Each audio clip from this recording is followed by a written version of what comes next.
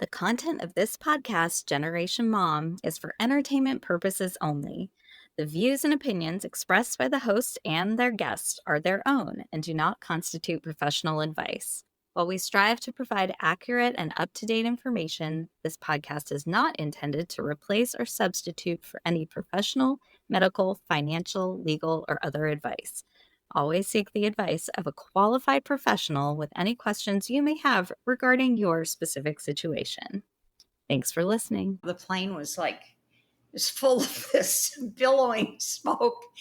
And the stewardesses were really there to serve people.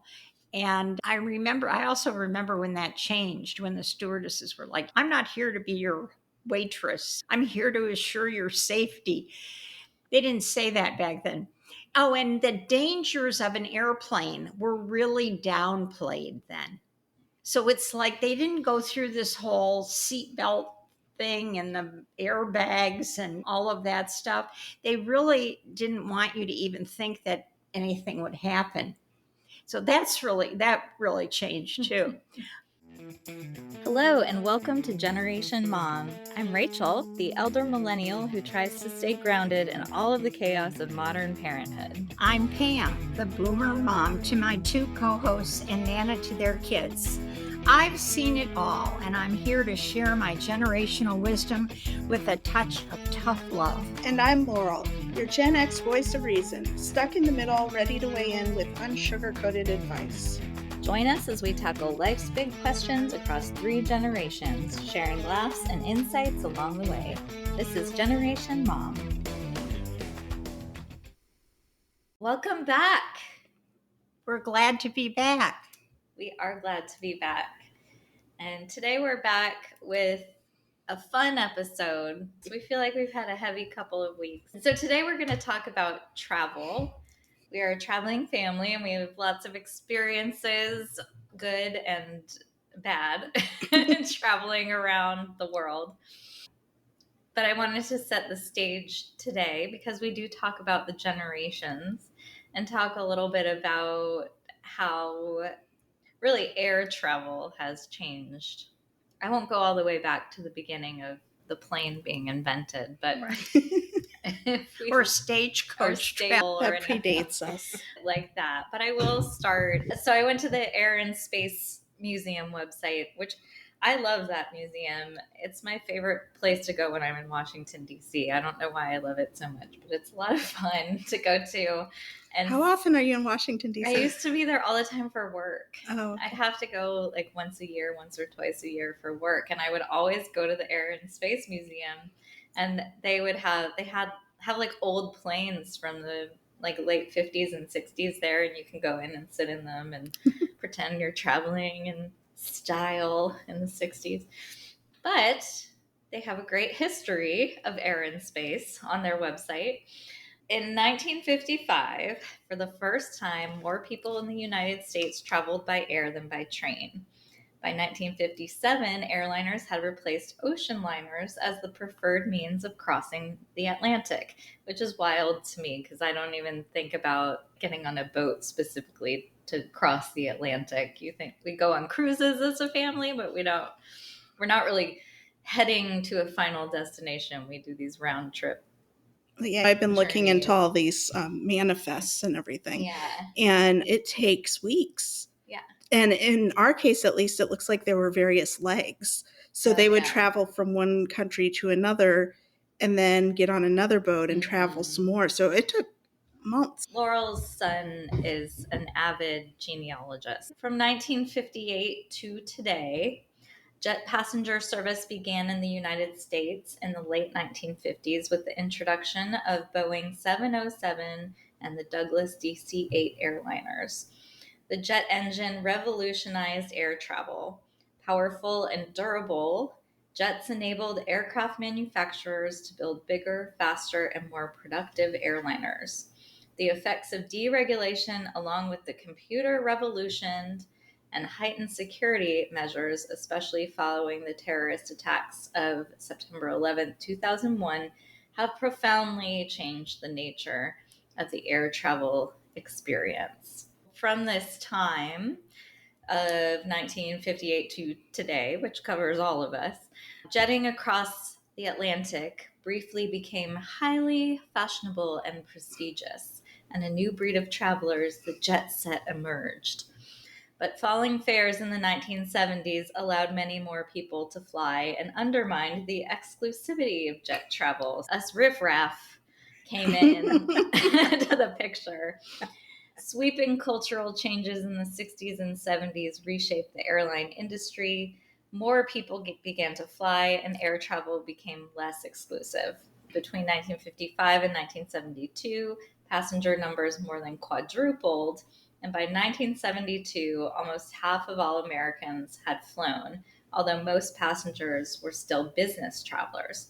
A small percentage became repeat travelers or frequent flyers. Since deregulation, travelers have benefited from low fares, more frequent service on heavily traveled routes, and on other routes, fares have risen. So, to offer low fares, airlines have cut costs in other ways, further reducing the luxury of air travel. To offer low airfares, airlines have had to cut costs in other ways, often by reducing, eliminating, or charging for amenities that air travelers once took for granted.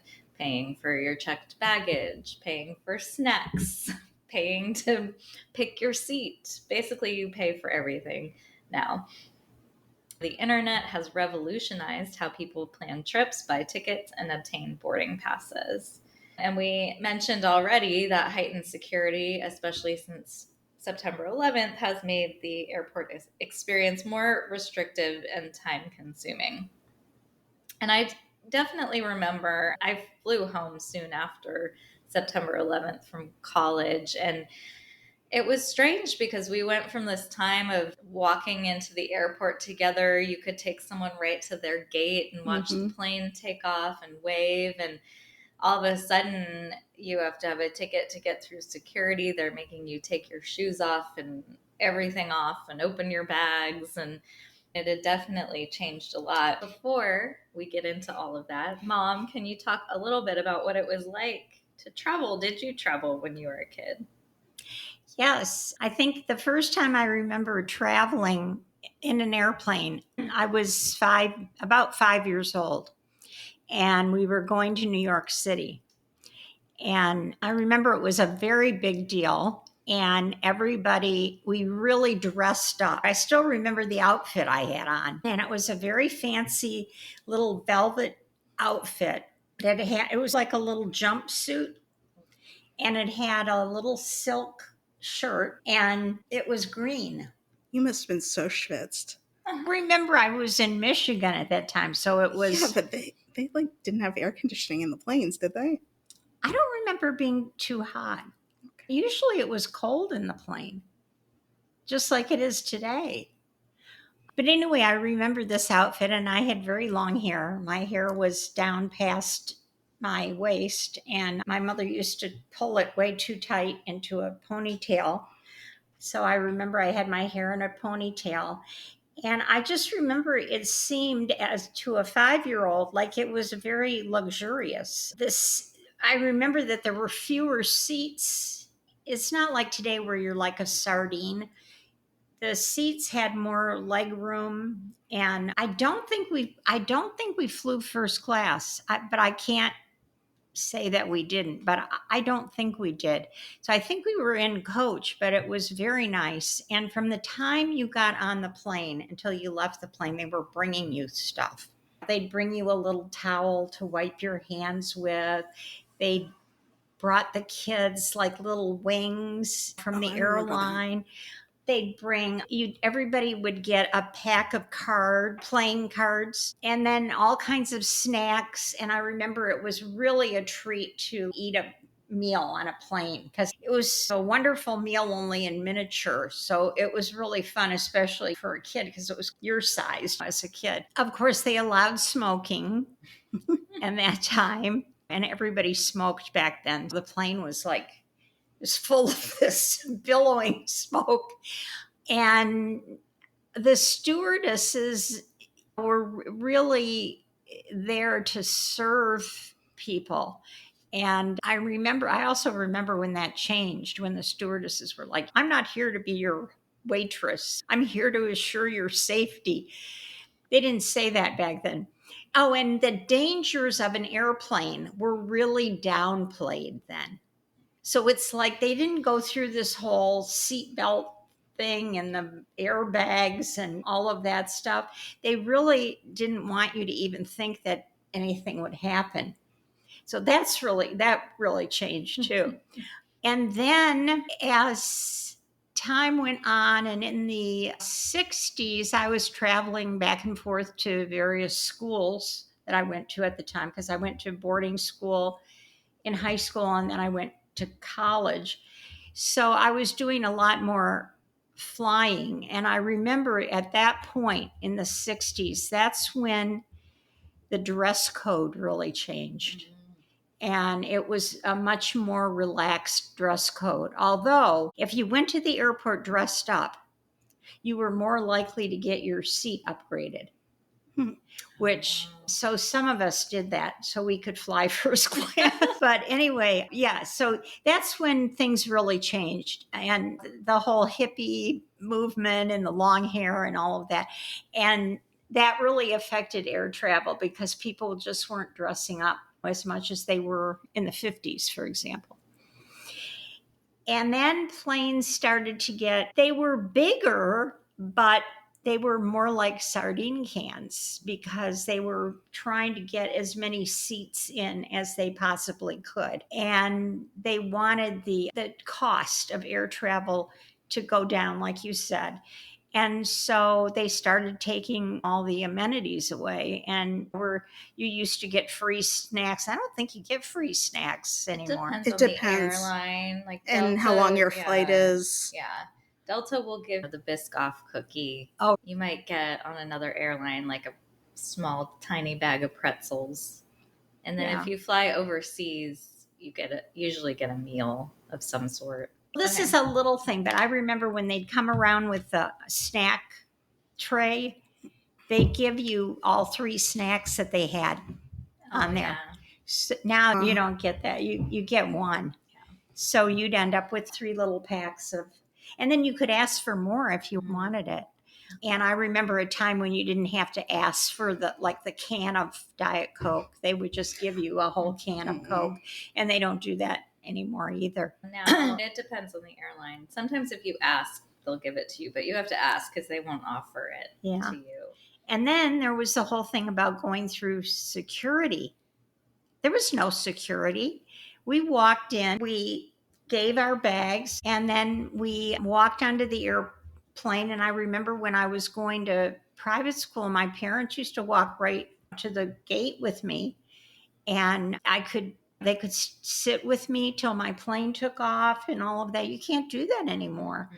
And then when we got off the plane, we just got off, and there weren't any walkways either. There are now. You had to go down a staircase. And there was a time when people used to actually run out to meet the plane when the plane landed.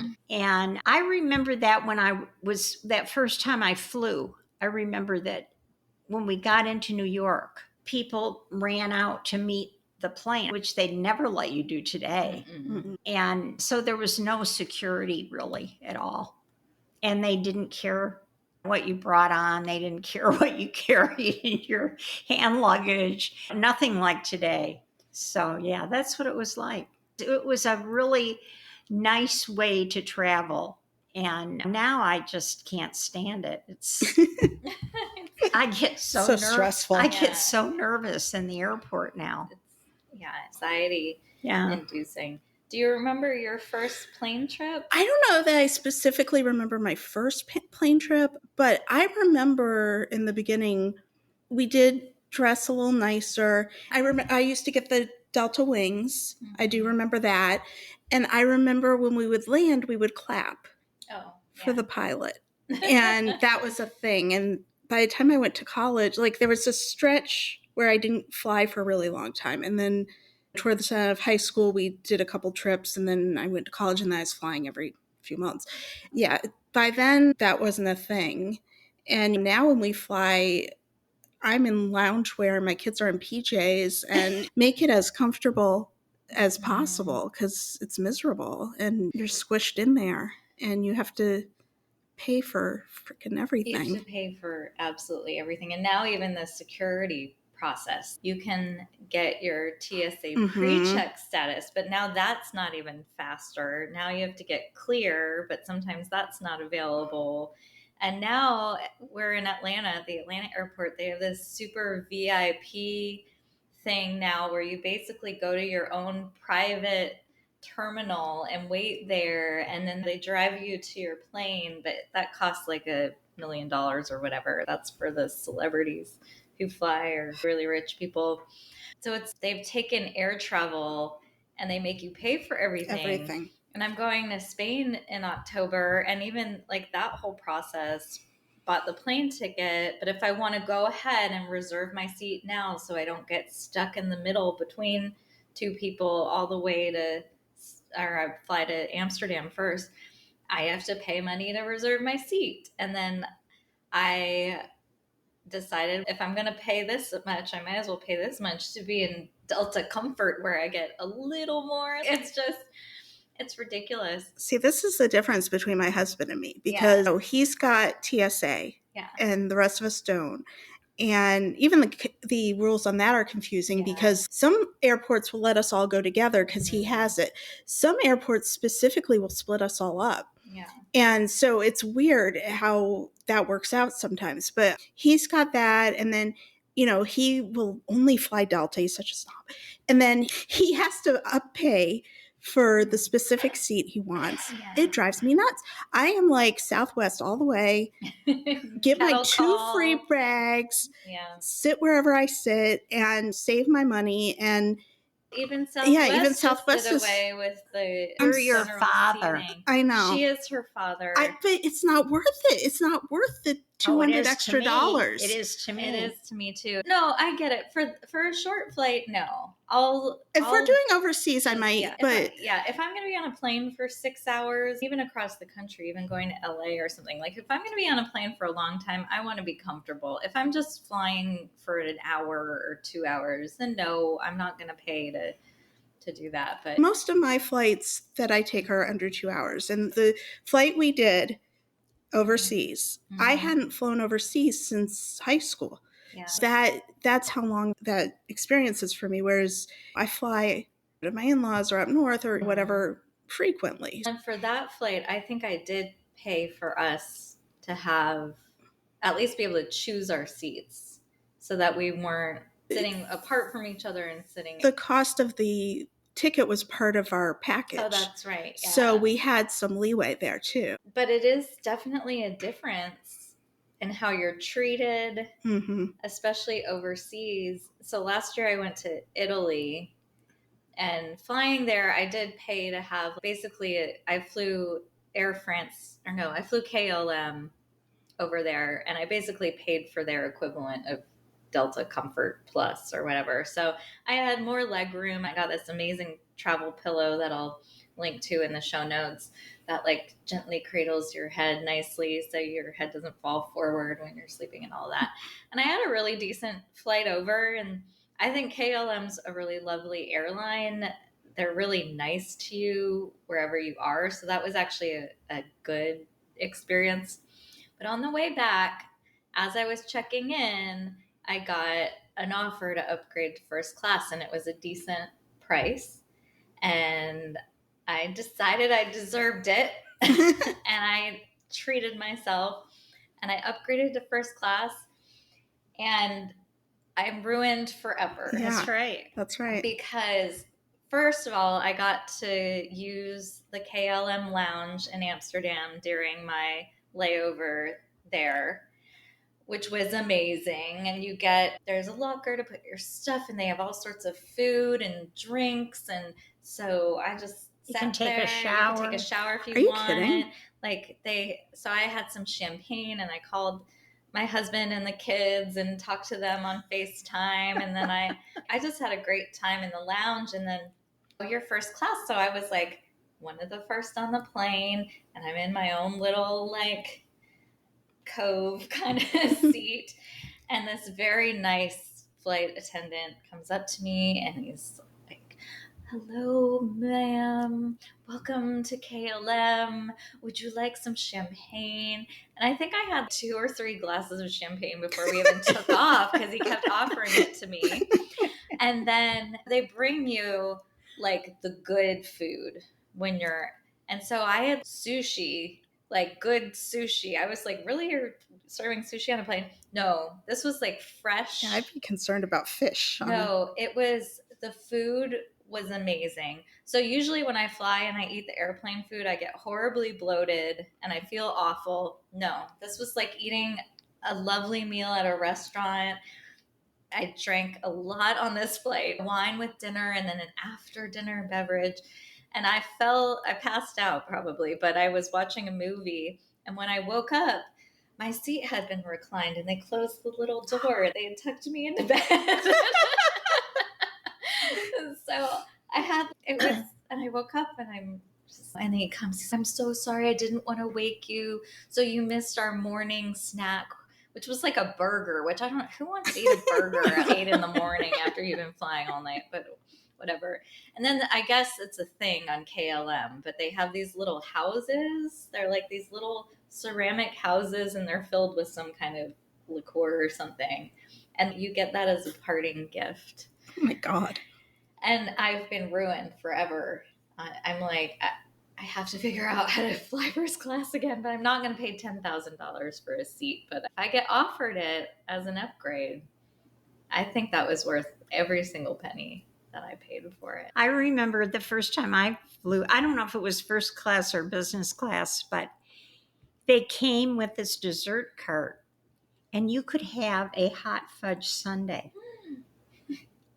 I was blown away because I said, "My God, I've never seen anything like this." And they were making them. They actually had the big thing of ice cream and with the scoop and everything. And they'd give you as many scoops as you wanted. And then they'd put all the toppings on and everything.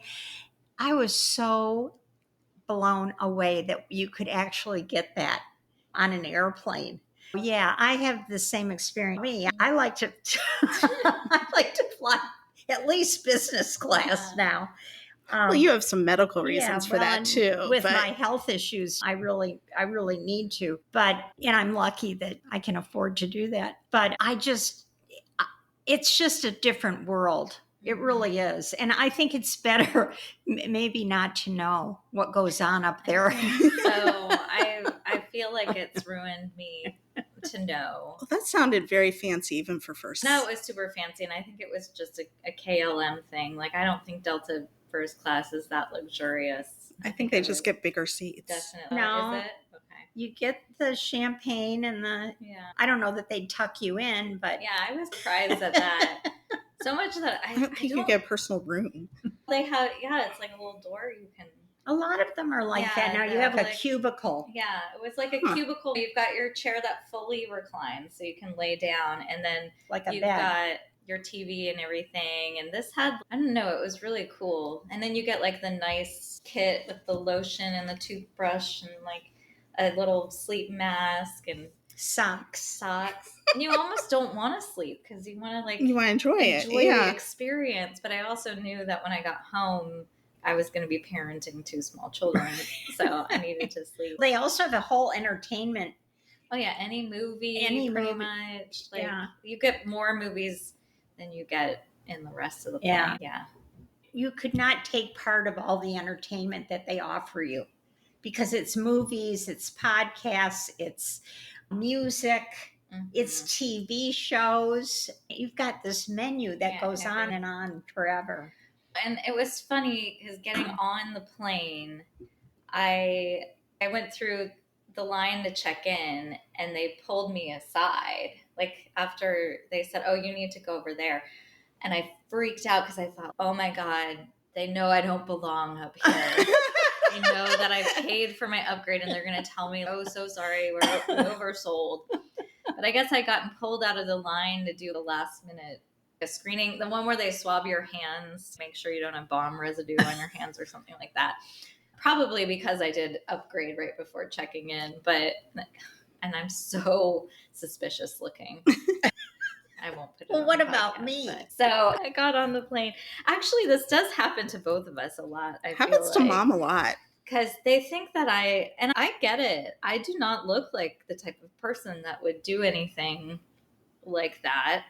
And so I probably am the perfect person to do something like that. I get pulled out of a line every single time. Yeah. I get pulled. And my favorite one was I had just had my foot and ankle operated on in New York. Mm-hmm. And I'm coming back and I'm in a wheelchair. They pull me aside. I had a cast on my leg from my knee, encompassing my foot and everything. And they said to me, "You've got to take that off." I said, "Good luck. You got a saw because this is a plaster cast. I can't take it off." Just a minute. So 2 security guards come over and "You really can't take that off?" I said, "No, this is a cast. I can't take the cast off. A doctor has to do it."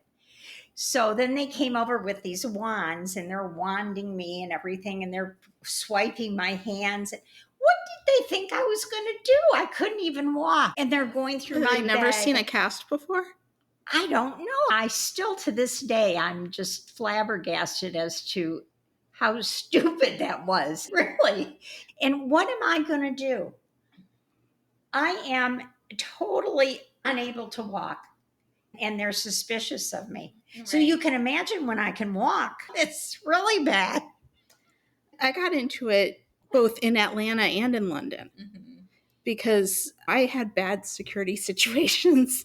The woman in Atlanta, when we were leaving and we were like trying to make our plane, remember? Mm-hmm. Before they then delayed it. And I forget why, but we were worried we weren't going to make it in time. And the woman like kept making me go back through, and she's fighting with me because I can't remember the whole thing now because this was a few years ago, but I had taken out my computer and stuff, and so she yelled at me and told me to put it back in. Mm-hmm.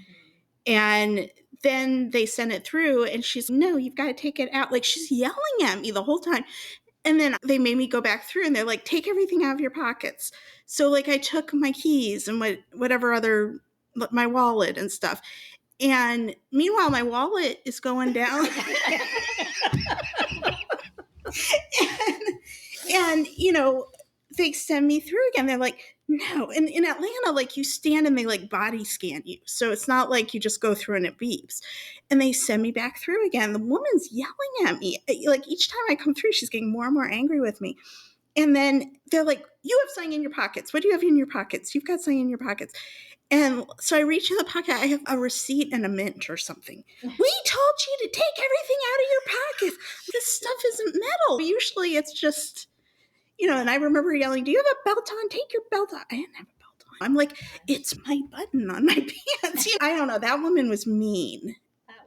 And then in London, I basically had to strip by the time I got through there. Because that was a whole different, I'm used to how we do it here. And like I said, I hadn't flown internationally since high school. So 30 years or whatever. And the woman's sending me through, first of all, I didn't grab the right bin that I was supposed to grab.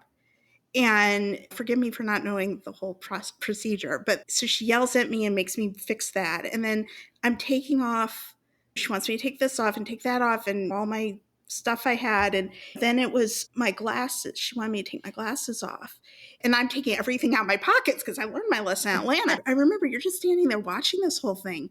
And my shoes and my socks and my glasses and my hat and my bag and all my electronics and my everything. Like everything had to come out. They did not like you. No, they really didn't. And that trip, that's a shame that was your first international one in a while, because I think that's like up in my top 5 worst travel experiences. Oh, it was horrible. Ever. From start to finish. Start to finish, because we thought we were late to get on our first plane, and then it ended up being delayed. And what I kick myself for is not asking if we could get on the flight that left right before. Yeah, because apparently we could have. Yeah. That one was on time or something, and we could have stand by on that one.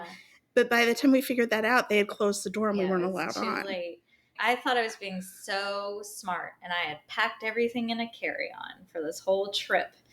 And then I ended up having to check the carry-on because it was too small for the first plane, or it's too big for the first plane to go in the overhead. Even though it's a standard carry-on, but for some reason. And I remember the woman yelling at you too, because we had gone up to ask, I think, if we could stand by. And then we started to walk away and she starts yelling, ma'am. And she's like, put your carry-on in this thing, like the measuring thing. And then it was too big. And she's like, took it from you. And then we're thinking, oh my God, what if it doesn't get on the right plane? Or I'm asking her, do I have to pick it up in Toronto, or are you going to check it through to Iceland? We were going to Reykjavik. And she's, we'll check it through, but I didn't trust her. So then airlines do this now, which just, I don't understand why they do this, but they make your damn layover so short sometimes, like to the point where when you're booking it, this is going to be impossible for me to get off this plane and get to the other plane in time. And so we're flying, and the whole time we're both biting our nails, worried because our flight had been delayed.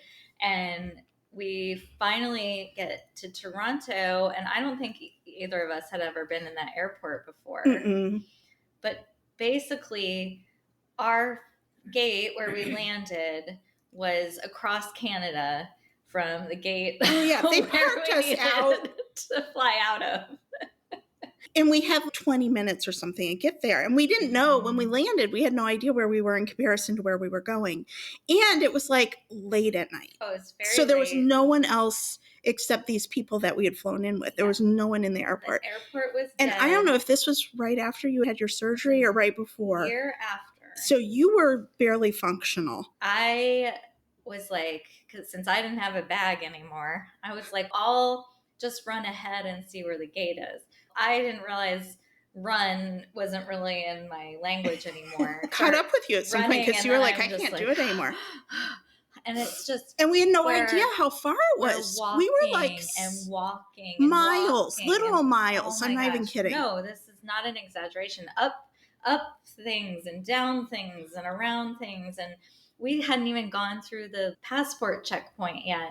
And so finally, and there was literally no one in this building. No one. And we even went outside at one point, didn't we? And have to cross. We had to walk outside and then back in. And it was ridiculous. We were like, we're walking to Iceland. This was insane.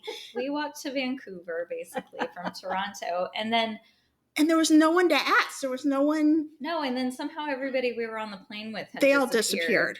And so we're in this airport by ourselves. And finally, one of those baggage car things or those people mover cars lady comes driving down, and I flag her down. It was so nice. She let us get on. I tell her our situation. She lets us get on, but then she only drives us a few feet. So she basically takes us to the passport checkpoint, which we get there and it looks like there's no one there. Like not even a person to check our passport. We're like, what do we do? There's no one here to let us through, and it was locked. Yeah. And so we finally look around this wall, and there's a lady sitting there, and it was like you had to go around this wall to then see the machine. And so we get through that, and then we start walking real fast to get to our gate, and we are literally the last people on the plane. But they were still letting people through. They were still letting people on, probably. And there were people all of a sudden. Where did these people materialize from? I don't know. No. Because there were people on our plane. Yeah. And there were people waiting in line to get on the plane. We were behind a family. But we basically walked right onto the plane. And then it took off. And then we got to Iceland. And then we were in that security line forever and a day. And then waiting in another line to get on the bus to get to the. We had to go through customs. Yeah, that took forever. Right. We had to go through customs. Then we had to get on the bus, which took forever.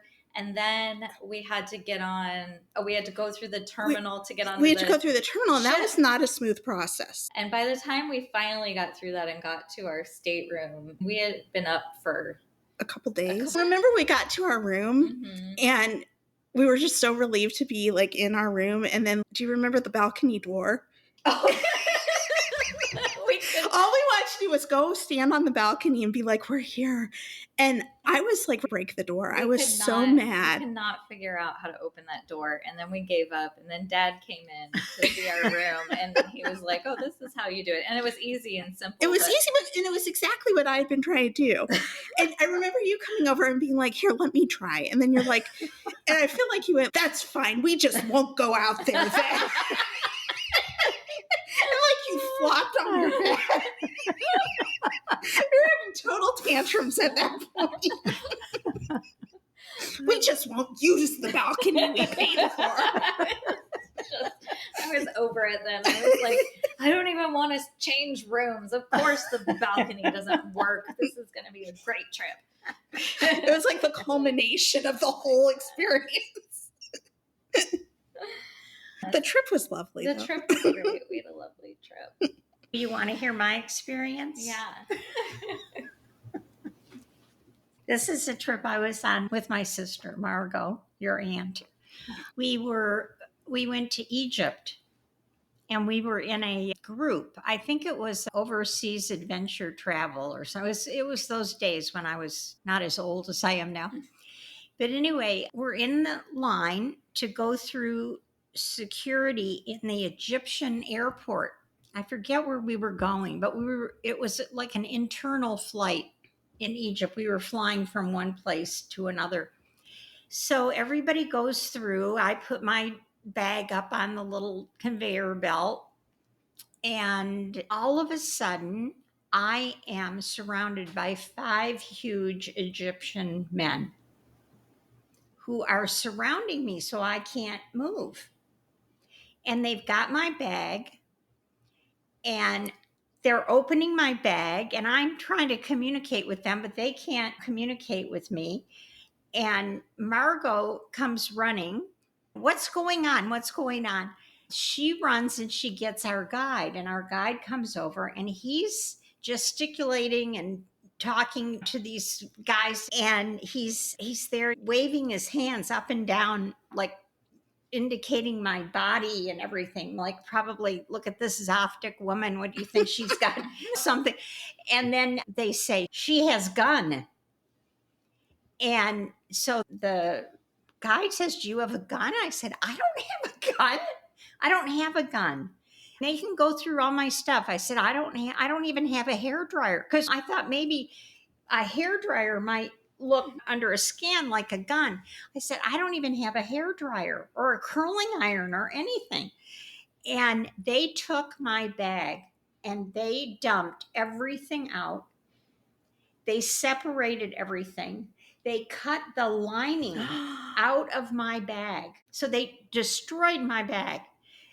And they are looking all in the lining and everything. And one of these guys just thinks he's going to pull me in the back. And so our guide is saying, no, you can't do that. You can't pull her in the back. Yes, she has gun. Where was the gun? There was no gun.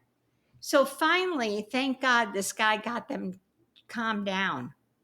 And I had to travel throughout the trip with this ripped up bag for the rest of the time. So I thought, okay, all right, that was a bad experience, but that's okay. I'll be fine. So we're leaving to go home, and I have to go through the security again in the Egyptian airport. I think it was Cairo. And they stopped me. And first they wand me. And then this person, they come up and they start patting me on the chest. So they said to me, what is that? So I said, my breasts? I mean, no, what's that? What's that? And they keep poking between my breasts. And I said, I think it's my bra. No, that's not bra. I didn't know. So they pull me behind these curtains, and they make me take my shirt off. And I took my shirt off, and I have a bra on, and they're poking it. They keep poking it and poking it. What is this? What is this? It was a wired bra. And the only thing I knew is it was the wire. So then they wanted me to take that off. Oh, and I'm like, no, I'm not going to take that off. You can arrest me, but I'm not taking that off.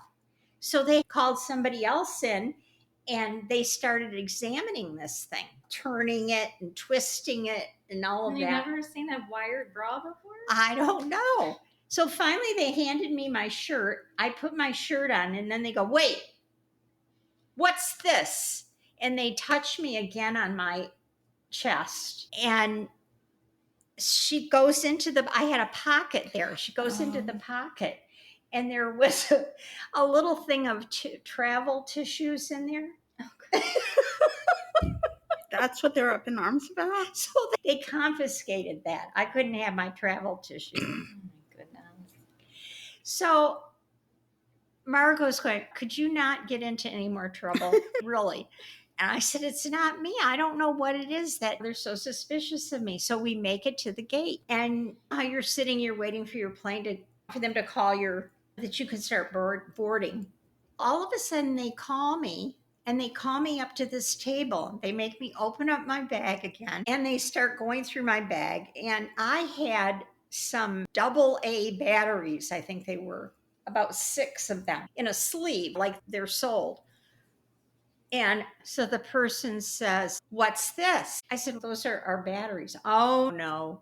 You make bomb on plane with these. Just really keep them. I don't. So I said, okay, So he says, okay, this is what we do.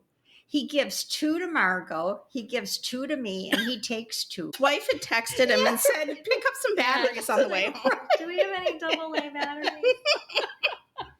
So he puts everything back in my bag and goes, okay, you go.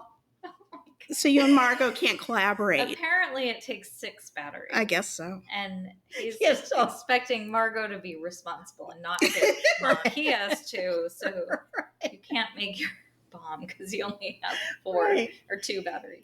That was probably the worst time that I've been through security.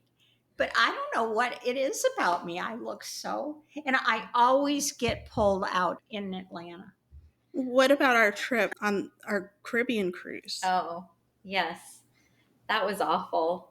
So we were flying out of Atlanta, which is the world's busiest airport, and it was like the busiest day. Spring break, yeah. And security was insane. So it was all wrapped all the way around. Yeah.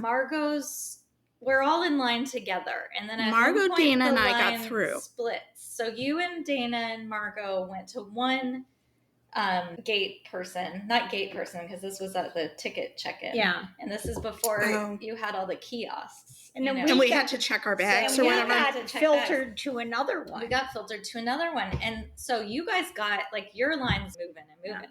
Our line is moving at a snail's pace. We finally get up to the front, and the gate person or the ticket person goes, just a minute, and holds up their hand and then goes on a break. Yeah. They left for lunch. And they didn't put you in another line? No. They left a whole line of people. So we have lines on both sides of us just going. So we're watching you disappear. Yeah, and you guys are leaving. And then we finally, I think, got moved to another line. But I can't remember what happened. Well, people were arguing because they actually snaked us in front of these other people and they wanted to fight, but they were in line first. And it was just a mess. It was a mess. We finally check our bags. We go through security, which is another whole line. Yeah, which took and you guys are long gone again. And then we get through. And you guys had gotten on the plane, right? Yeah. You guys had gotten on the plane, and the plane we're watching the plane taxi away without us. But our bags made it on the plane. Right. Yeah, we picked up your bags for you. And I remember being scared at the airport because we were like, let's grab their bags. And I was scared they were going to check at the airport and make sure we had the baggage tags for them. No one cared. We could have walked out with everybody's bags. But we grabbed all your bags for you and got them on the boat. But yeah, and I remember it wasn't like we were running for the plane. We sat, and I remember sitting and fretting, are they coming? Are they coming? Are they coming? Margot was not bothered at all. I'm like, should we let them know? Should we go look for them? And Margot's like, no, we're just going to sit here. And then when they called us, I'm like, what do we do? She goes, we get on the plane. She was not concerned. Yeah. So we watch the plane leave and we go to the counter and we say, we missed our flight because of you all, because of the airline. And we explained to them what happened with the just a minute. And I said, is there another flight? And then they just said, sorry, there's no more flights today. And we can get you on a flight in 2 days. Yeah. I said, in 2 days, the boat is going to be out somewhere where we can't reach it. We've got to get there so we can get on the boat. And this is when we were going to Puerto Rico or something, right? You were flying? Yeah, we were going to fly because we were getting on the boat in Puerto Rico. Because usually if it's Florida, we're just driving. So I said, that is unacceptable. We've got to get on this boat and we've got to get on a plane to get us to Puerto Rico.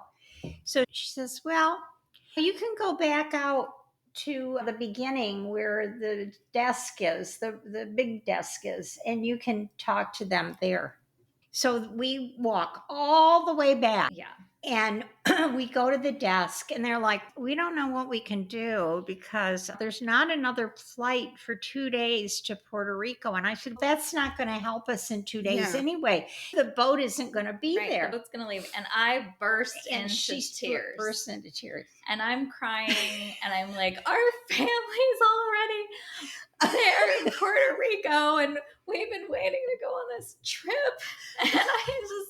And it's your fault that we didn't make it on the plane. And isn't there another airline you can book us on or something? And I think they were just, they just wanted to get rid of me. She went and got a supervisor or something. Yeah. And the supervisor comes and, she's not a beautiful crier. My face is red and I'm snotty. And she's doing a great job, though, because, everybody's concerned that she's so upset. So the supervisor came and she was great. Mm-hmm. She got us first class to Puerto Rico.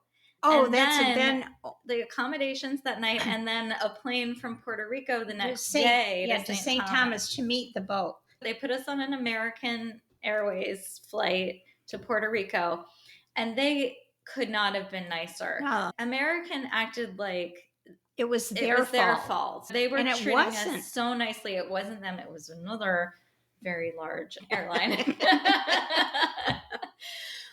But they were fabulous. And we had the nicest accommodations. Yeah. Now, we had no clothes. Right. But we had the nicest. And they gave us a toothbrush and stuff at the hotel. I think it was a hotel that was attached to the airport because we didn't have to go. It was very nice. And we had vouchers for food. Yeah.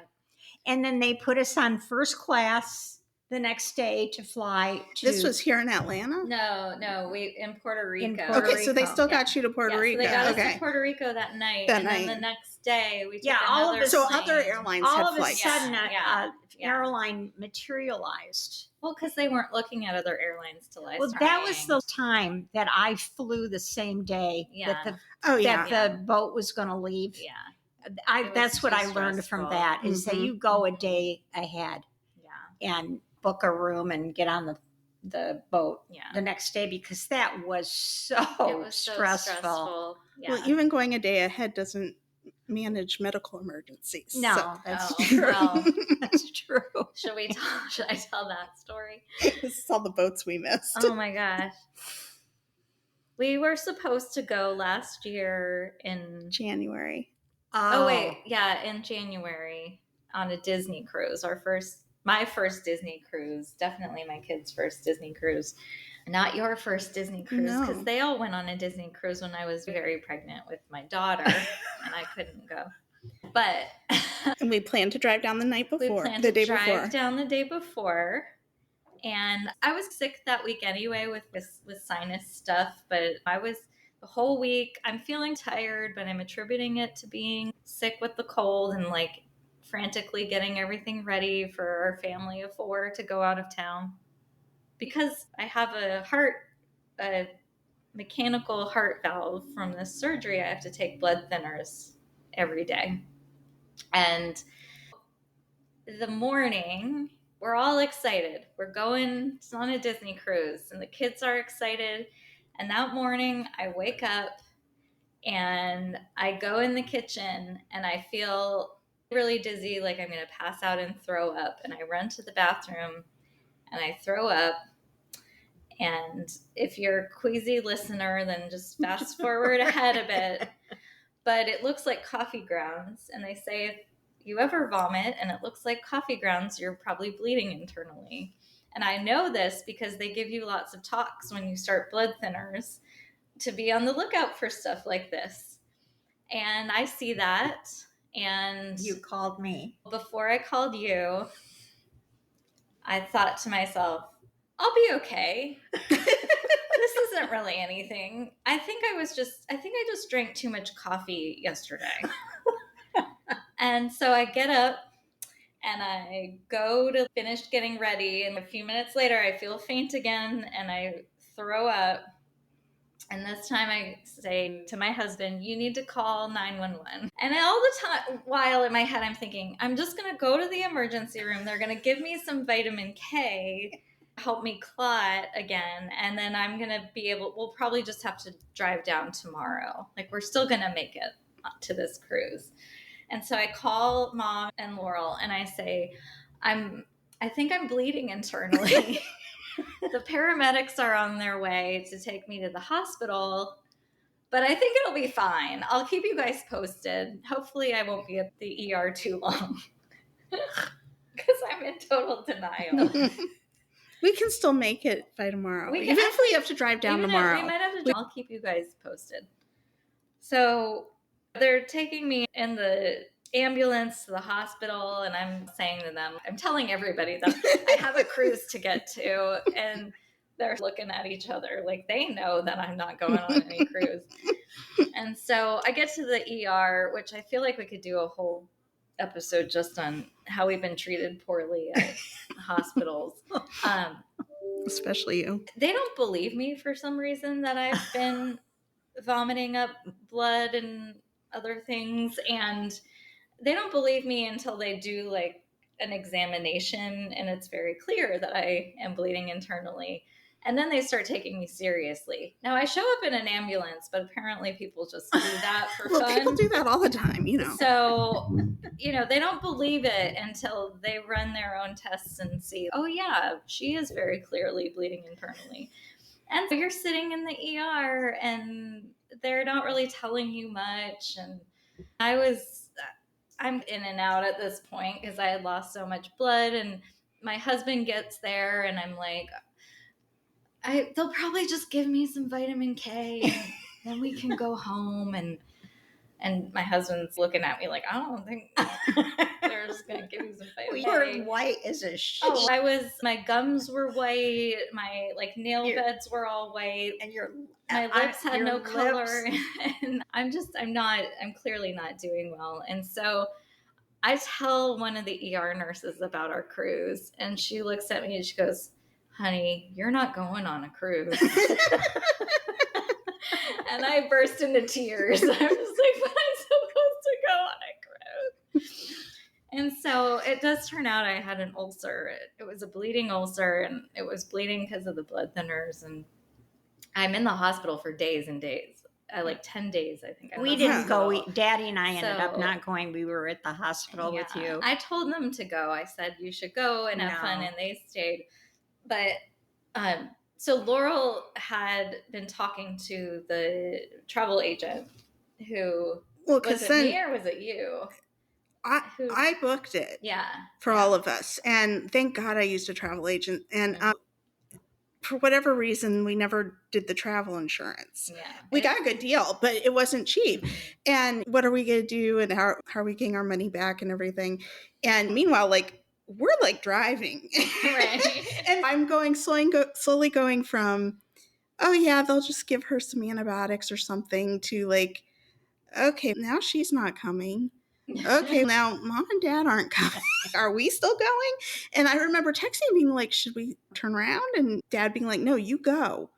But then at the same time, it was like, how are we going to fix this for you guys? And I spent the whole 8-hour trip or whatever, plus time while, in the hotel with on, talking to this travel agent who at first was, I don't know that there's anything we can do. And I still don't know how you did it. She was wonderful. She was because wonderful. Disney generally doesn't. Lisa at Dreams Unlimited. Yes, we love Lisa. Thank you. She Lisa. did a wonderful job because she really initially was like, I don't know that I can do anything for you. And I think I first was texting with her and then I called her and talked to her. And she's, let me see about this. Let me see about this. It was really late at night. And she said, okay, we can offer them that much money towards a future cruise within 12 months or something like that. And then, you had to produce proof and you had a deadline to produce the proof too, right? And so I'm in the hospital trying to figure out why I'm bleeding internally. They still didn't know, and they couldn't do the test to find out what was bleeding till there's this thing called INR. So your blood has to be in a certain range so that it clots and you don't bleed out when they're doing whatever diagnostic test they need to do. So anyway, I'm in the hospital dealing with all with that. And also at the same time, I'm like searching Disney cruises to see when we can go again, because I know how disappointed my kids must be that they can't go. And I'm like looking at emails from Laurel talking to Lisa about what we can get back. And so they say, we need proof that you're bleeding internally. And so I think at first I gave her like all of my chart stuff. I'm like, I have all of this stuff from the hospital. And she's, no, we need a letter from your physician. And so I asked every single person that came in my room, every single nurse that was on duty, and they all knew my story. Everybody coming in the room, every nurse was like, I heard you're missing your Disney cruise. That's so awful. And then some of them are, oh, we had so much fun on our cruise. I hope you get to go. And I'm like, if you can get me a note from the doctor. And they're all like, we'll try. And I need it by 8:00 tomorrow morning. Yeah, you had to have it before the ship took off or something. Something like that. And everyone who comes in the room, do you have the letter yet? They're like, oh, we have your results. I'm like, I don't care. Do you have the letter yet? So they finally bring this letter. And it was to the deadline. My husband could have made this letter at home on our printer and forged the doctor's signature. It wasn't even on like hospital letterhead. It was literally just a typed up, maybe one of the nurses just took pity on me and finally did it. And luckily I was fine. I survived. I'm here to tell the tale. It was a rough couple more months. It was a rough couple more months, but we did get to go last September, and it was magical, and it was fun. And I was worried up until the day we left for the cruise, and even when I was on the cruise, I was worried about what's going to go wrong this time. And I won the costume. Oh, you did. She did. We should post pictures. Beautiful. But all the doctors did say I was lucky it happened the day before, because if I had been on the cruise, I may not be here to tell the tale. And one of the doctors was like, you do not want to have this happen on a cruise. They pull whatever doctors in retirement onto those ships. And they're there to treat like stuffy noses, but not internal bleeding. So I was very lucky at the timing. But yeah, that's also up there. One of my top 5 worst. My only first class experience, and we missed the plane story, was my honeymoon. And okay, listen, if you are getting married, this is our advice. This is my advice segment. Do not think in your brain, oh, I have to leave for my honeymoon the next day. That was the stupidest thing I've ever done. But I was up against the start of school, and I don't know, I thought you just left on the next day. I missed out on my day after brunch because I had an 8:00 flight or something. So I had about maybe 2 hours in the gorgeous honeymoon suite that we had where I was exhausted. And we get when my bridesmaids picks us up 6 a.m. or whatever to take us to the airport. We get to the airport. We're flying Delta to, say, Galveston, Texas. And so it's a Atlanta airport, regular airline. And we get there, and it was like the terminals were all down. And the people needing to check in with their tickets were wrapped And Atlanta's a long airport. We're wrapped all the way down one end of the terminal, wrapped around and all the way back. And we're standing in this line that isn't moving and getting longer and longer. And I'm like, what is going on here? And I'm standing in this line going, I'm going to miss my honeymoon. I'm going to miss my honeymoon. I'm, again, a boat situation. And I don't remember what happened. Someone started coming around like with the equivalent of an iPad at the time and checking people in manually that way and flagging us through. I get to security. And again, had been in the room for 2 hours. I was there long enough to take off my dress. My hair was still all done from the wedding, and I had little like metal flowers woven. My hair was braided, and I had little metal flowers woven in my hair. So I'm going through security, and we're trying to rush as fast as we can because we're going to miss our flight. And of course, the metal detector goes off. So I'm standing in front of this metal detector, pulling these things out of my hair. Eric's pulling them out of my hair. The security guard's pulling them out of my hair so I can get through the metal detector. And so now my hair's my beautiful hairdo. And it was, of course, like hairsprayed to hell because I've got perfectly straight hair. And it just fluffs. And then we run down to the desk. And of course, we've missed our flight. And so here I am. I've just had the most stressful day of my life, maybe a half hour of sleep. And it's hours later now. And I just burst into tears. I'm like, this is my honeymoon. And I just got married. And this is supposed to be my honeymoon. We're going to miss it. And it just burst into tears. And the woman just looks at me and she's, let me see what I can do. No, it's no use. The boat's going to leave without. And so she gets us booked on some other flight. I don't even remember if it was the same airline or not. And she books us first class. She upgrades us to first class. And I'm sitting there the whole time between the flights, like just a mess, crying, because I think we're going to miss everything. And we finally get on the plane and we get these lovely first class seats. And I fall asleep the instant the doors close. And I get woken up once we're there. And come on, we got to go. And yeah, I slept through the whole flight. I was exhausted. And we had the little shuttle or whatever to take us to the terminal from the airport. And we get on there, and of course, my hair's a wreck. And I've been crying. I'm exhausted. And we get through the check-in, which went very smoothly, actually. And we get in our room, and I remember I went to go take a shower because all I wanted to do was take a shower at this point. I get out of the shower, and my husband is like spread eagle, face down on the bed, completely out. I think I unpacked, and then I got in the bed too and just crashed. And that is my experience getting on my honeymoon. We have about 100 million of these God. stories. We do. So lessons learned. Always leave a buffer before you're getting on a cruise. Right.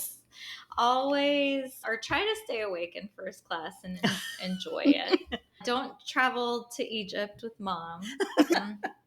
Empty your pockets. And don't carry anything that looks like a gun, knife, anything. Or travel tissues. Or travel tissue in your bag, the handbag that you're taking on the plane. Because you'll get stopped.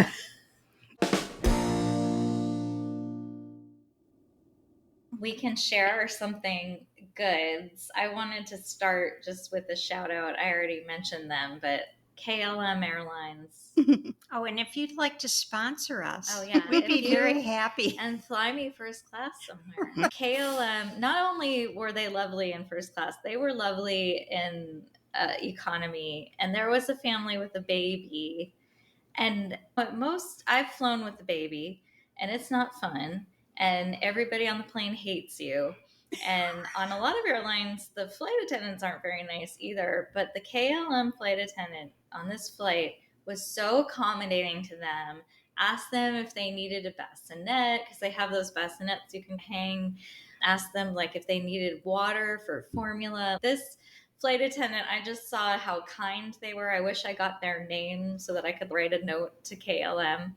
But I have never, usually you don't really feel cared for by the flight attendants anymore on flights, but I felt like they really cared. And they also have lovely lounges, which sometimes you can, even if you're not flying first class, you can pay a daily fee to get into the lounge. And I say, if you have a long layover, do it. It's worth it. Because it's worth every penny, and it's nice to have a comfy place to be while you're on your layover. So that's my favorite thing for this episode. We're slowly basically rebuilding our house one floor at a time. And this summer, one of the projects was to change our back door and add a screen door to it, which was desperately needed. And now that it's getting a little cooler, not a lot, but in the evening, it's lovely. And I've been opening up my back door. Aww. And there's my screen door, and I just love it. And I get a little breeze, and I hear the birds and the dogs barking out there. And my cats all line up in front of it, so they love it too.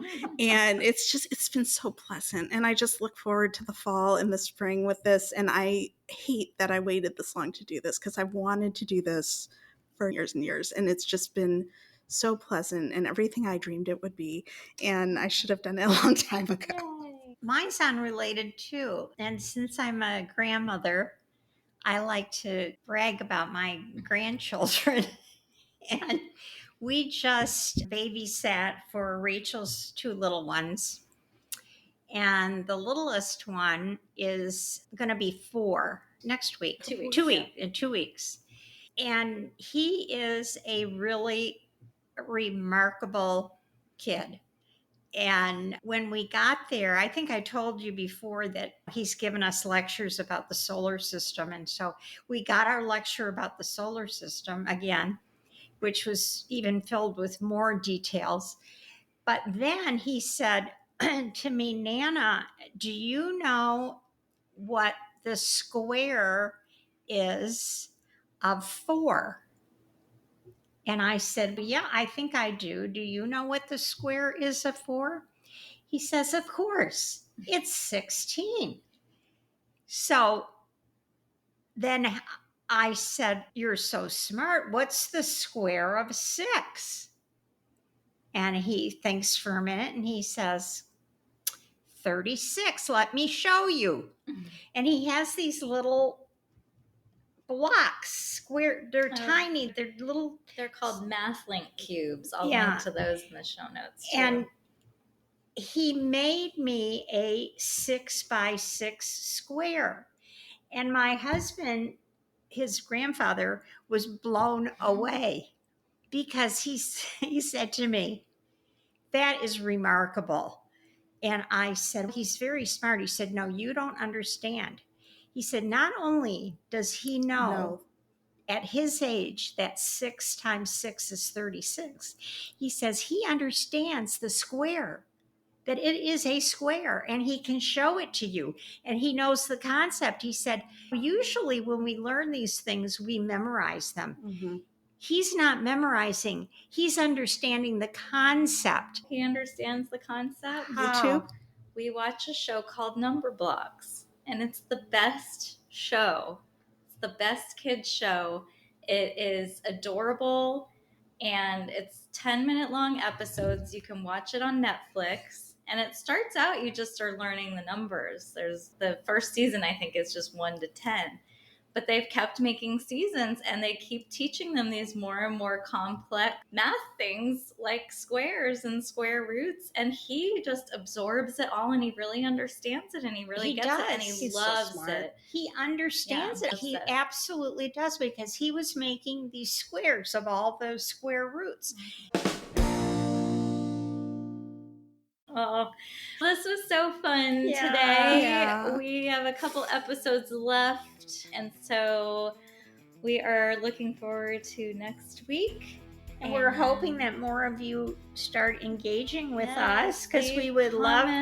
Yeah, we'd love to leave reviews. Leave reviews. Pass we'd love it on. to know people are listening, and we'd love to interact with you. All right. See you next time. Bye. Bye. and it had definitely changed a lot. But I want to back up a little bit and just start off with Mom.